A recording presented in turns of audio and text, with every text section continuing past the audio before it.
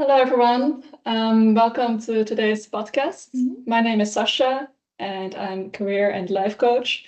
And today I'm sitting here with another fellow coach. This is Roberta Martin.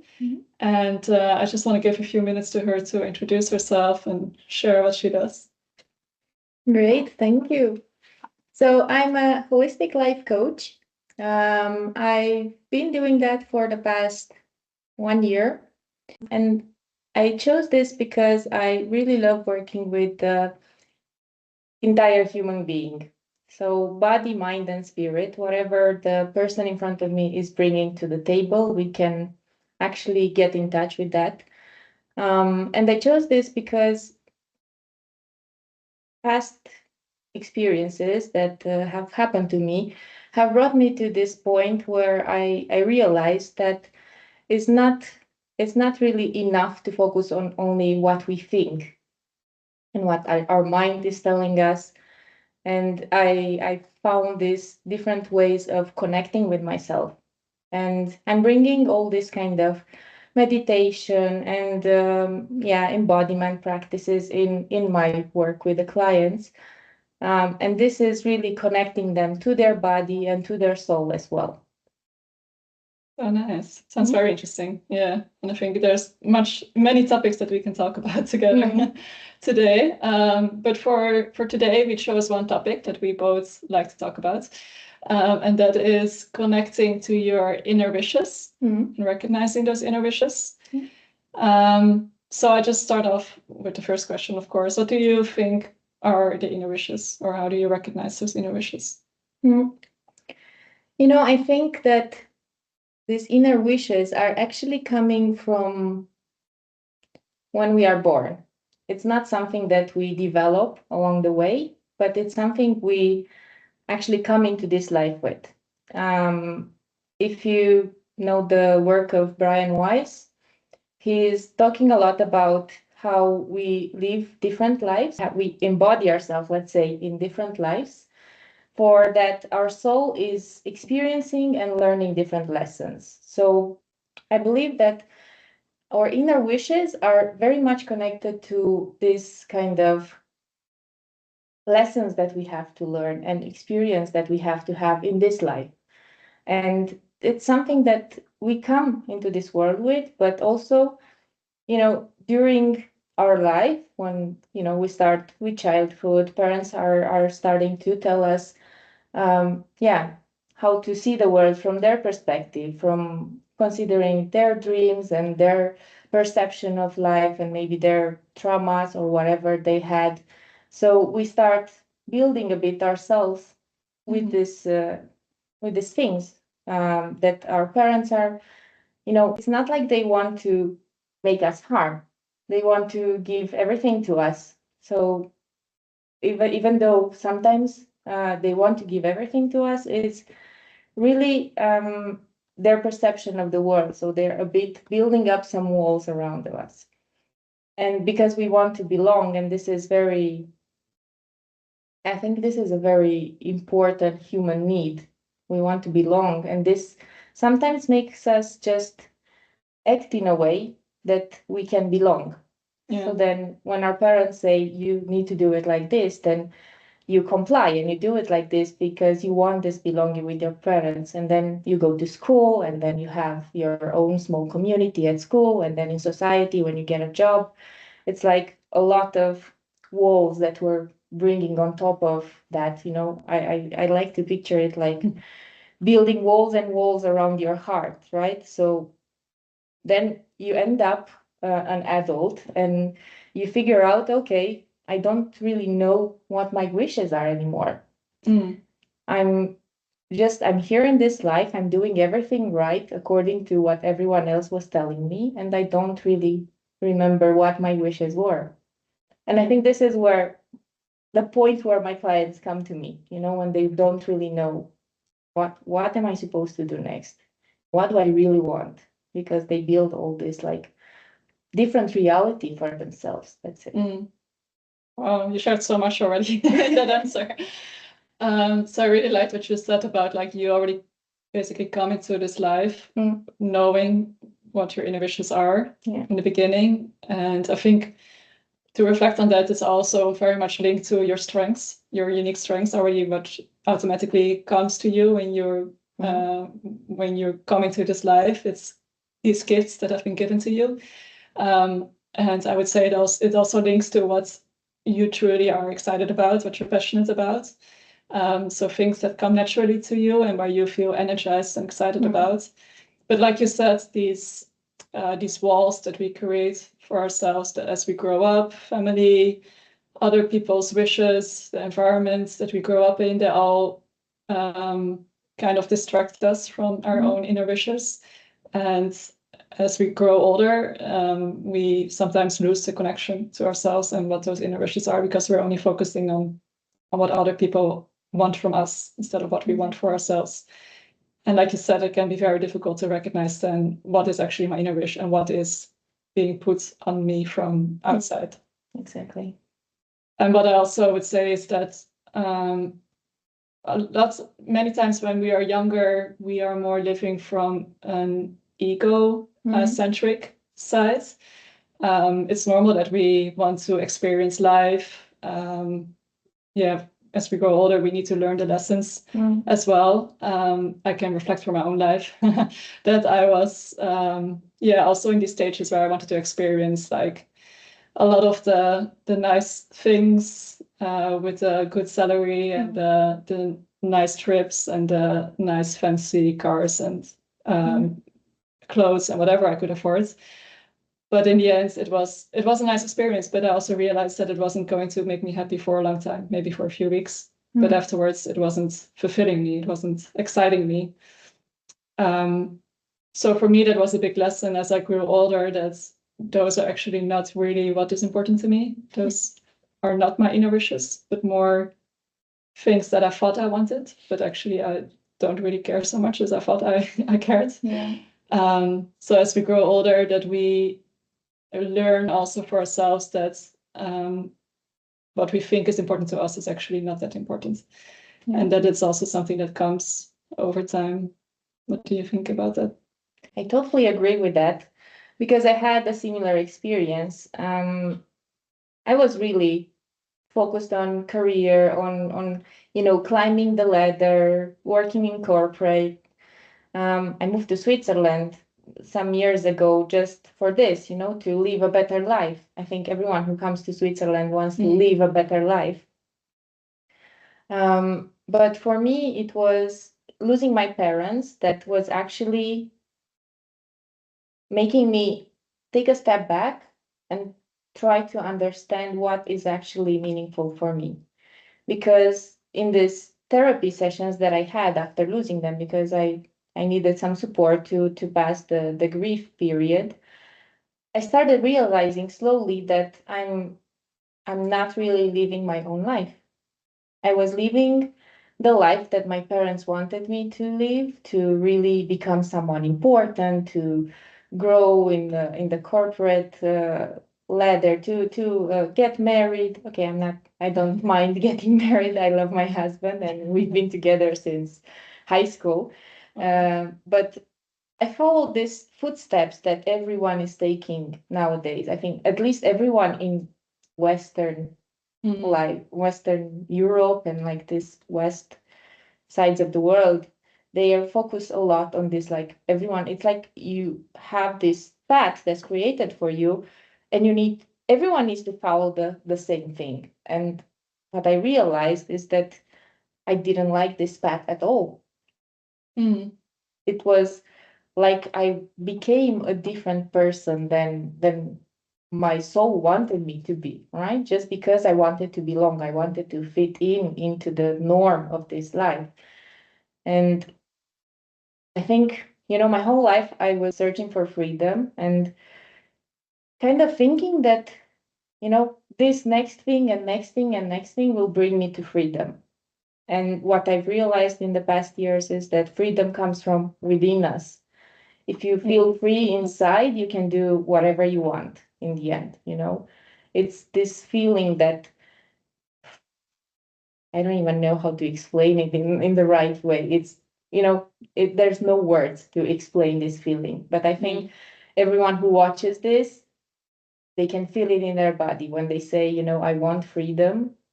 They can feel it in their body. Is something so powerful. And it can be a driver in the wrong direction sometimes, I would think.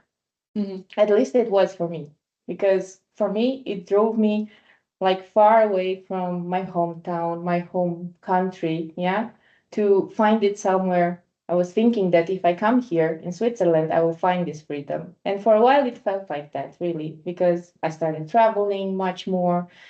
I had money to buy whatever I wanted, but still, I didn't feel happy, exactly as you said. It's inside me, it felt like I was in a cage. Yeah. Even though everything around me looked like freedom. Interesting. So what you say is that you knew that your inner wish was more freedom, but the way on how to get that inner freedom wasn't clear to you. So you were trying different things to gain that inner freedom that actually didn't work, and you realized that inner freedom was more linked to the kind of work that you do, I assume. Yeah. And inside having that feeling of freedom. Actually, the work that I do has kind of come to me. I realized it while working on myself, because as more and more I worked on myself through different kind of like group work or group coaching, meditations, a lot of kind of experiences, I started realizing that this is what I want to do. I want to help people to figure out what their inner wishes are, to find their authentic selves. Really, who is it there underneath all these layers that we build up? Yeah. Yeah, and I think that is exactly the point when we talk about inner wishes, is getting to that authentic self, connecting to your inside, to your heart, and not so much with the head. Because when we make decisions with the head, it's often not the best for us, or we go back into that ego-focused approach. But finding the wishes coming from the heart, like, or from the soul, however you want to call it, those things that would make you fulfilled on the long term, not just for a few weeks. I think that is when we touch on the inner wishes, right? Yeah, exactly. Yeah. So how would you do this with a client? If you would have a client and you would help the person to connect more with their inner wishes, what kind of approach would you use? Usually I use different approaches. So either I try to help the person to find their values. For this, I use the Schwartz list. It's very well known list, just to identify the values. But then with the 5 whys method, you actually dig deep. Yeah. So if you say, for example, my value is to, I don't know, be successful, then we start digging deep. What does successful actually mean for you? And then why do you want to become successful? And build up on that. If you just practice this, everyone can try this, just whenever you question yourself about something and you want to know what your deepest inner wish, just ask yourself 5 times, why do I want this? And in the end, if it's going to be something like something that's bringing you joy and or purpose or freedom, then it's for sure something from within. But then if it's not bringing you that, maybe if it's bringing you safety or it's bringing you just a spot in a group or something like that, then most probably is not something that's your inner wish. It needs to be something deeper. Exactly. Yeah. And what I've noticed myself also doing this work with clients is that the inner wishes are often linked to the kind of contribution that you can make in this world.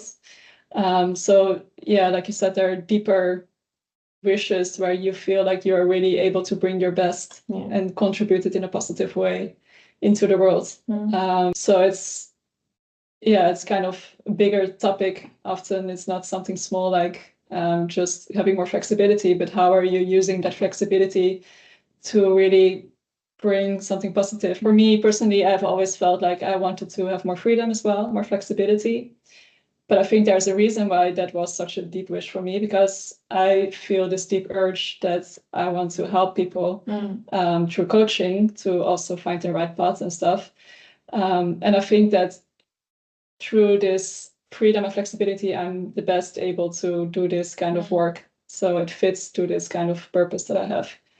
But yeah, the inner wishes, something that I like to use is values, like you said, but also looking at strengths, the things that give you energy, where you feel excited about, and those topics where you feel like you're able to contribute best, and looking back at your life, feeling proud of what you achieved. And if there's something that overlaps all of these topics, then yeah, you can call it your inner wishes, or you can call it purpose, or whatever it is, but you're in the right direction.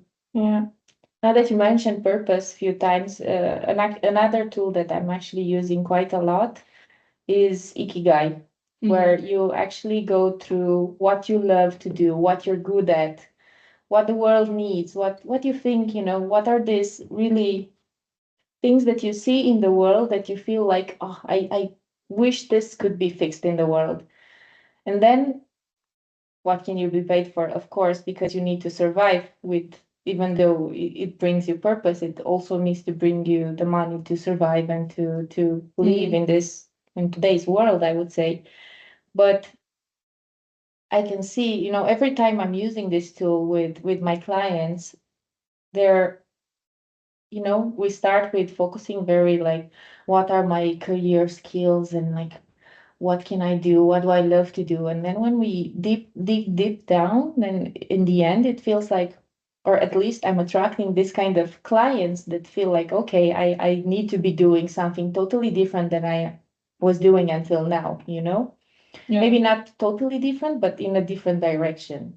Just the other day, I had a client that, coming from a project management background with a lot of years of experience, he figured out that he just wants to help people find their inner essence. And sometimes it's maybe hard to, switch your mind, because yeah, you do this exercise, you feel excited about it.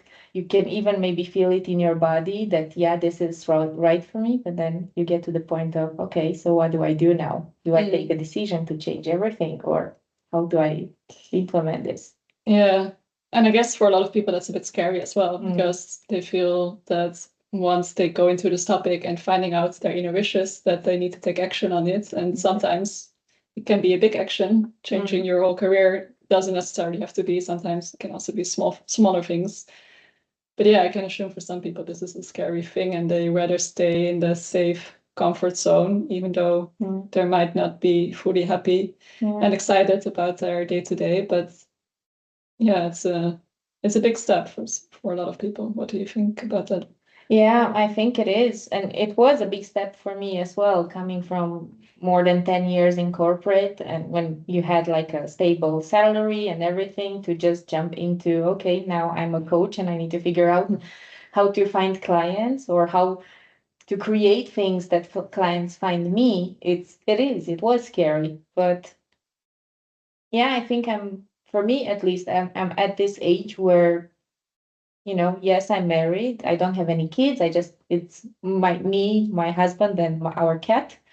So we can still take reckless decisions like this. But I would say for people, I think a lot of people maybe that are in similar age to us, they maybe already have like a family, maybe they have one or two or three kids, and they think, okay, but I need to provide for my family and for my kids first, and then think, oh, this fluffy things of what do I want to become in life, really, what brings me purpose and meaning into life.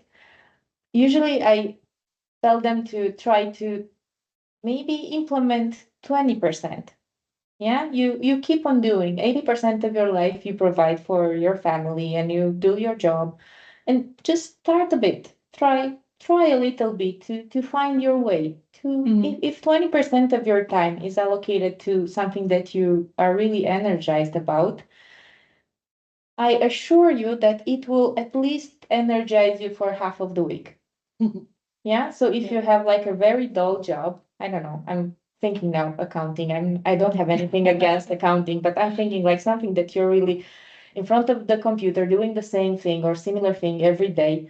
Yes, it pays the bills and it gives you, money to survive and everything, but you probably don't feel, or many people don't feel really that this is a meaningful work.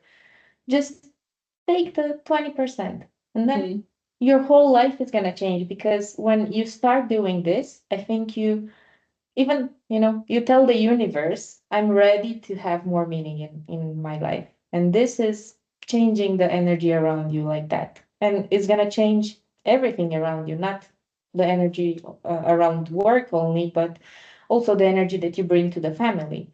Because once you're more fulfilled for yourself, then you're going to bring this kind of joyful energy to the relationships around you as well. So it's a win-win for everyone at the end. Yeah, it's beautiful.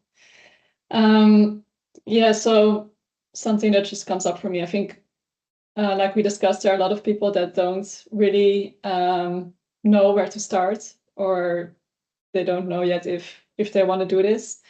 What would you tell to those people if they're not sure if this is that important for them, or if they should take the risk and go into this kind of topic?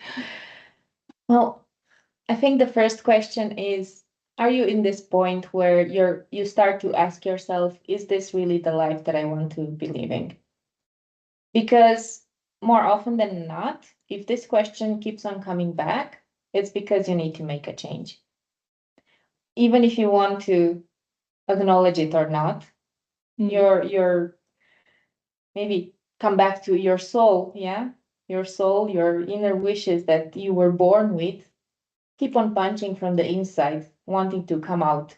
And if this starts to come out, then you eventually will get to this point. Some people earlier, some people later, but yeah, yes. Yeah, no, I've seen that with myself and others, that you can live for a while in this mode of just going day by day, even though you're not really excited about it. But from the outside, it looks fine, and you think you should be happy with what you have. But there comes a moment where this thing starts itching so much, and you start longing so much for something else that there's no way to go around it anymore. And yeah, it's kind of a dive into the deep. You don't know where it's going, but it's also something that you cannot keep on pushing forward if you really feel unhappy about your current life. Yeah, and I think, if we think about it, many people come to coaching or to therapy or any kind of inner personal work like that when they hit a wall. Yeah, when they're really very so down that they feel like, okay, I can't make it out of here on my own. Yeah. And that's a pity, because I think we should start working on it whenever this like itch, as you said, starts to come up for us. Because as fast as we start acting on it, it's gonna be so much easier for us. We don't need to get to this point where we're burnt out, or maybe we stress ourselves and our body so much that we get sick and we cannot do it anymore. We don't need to get to these points. We can trust that each. I think, our body knows so much. It's so much knowledge. You can, this gut feeling is not a myth. It's like it's really pushing you to take the right decisions. And yeah. It's there for a reason. Exactly. And it cannot be ignored for your whole life. Yeah. I think that's or maybe it can be. I don't know. I'm pretty sure there are people that maybe ignore it for their whole life, but I don't know what their, how they feel when their life is coming to an end. Yeah. Will they really think, oh, I lived a very good life, or will they feel like, you know, I could have changed some things and live a more joyful and more purposeful life. Yeah. More free life. I don't know. Whatever feels like someone needs. Yeah. I think that's also one of my favorite questions. If you look back at your life, if you would be an older version of yourself, what would you want to contribute? What would you want to have achieved? Mm. And if you know that answer, then you kind of found your inner wish. Yeah, exactly. Okay, I think we're running out of time already, but I love this discussion. It was super Yes. interesting to hear your viewpoints as well, and they're very similar to what I'm doing also with my clients and how I have experienced it myself. I think there will be other topics we need to work on or talk about. Sure. So probably we'll have a next podcast as well on what to do once you have found those inner wishes. What are then the next steps? I think that would be very interesting for other people to hear as well. Yeah. So thank you very much for joining, and I'm sure we'll speak again and do another podcast together. Thank you very much for having me. It's been really nice to have this discussion. Even though it's my first time doing this kind of discussion, this kind of podcast, it felt very nice and natural, and I really enjoyed it. So looking forward for next topics as well. Glad to hear. Thanks, everyone. Thank Bye-bye. you.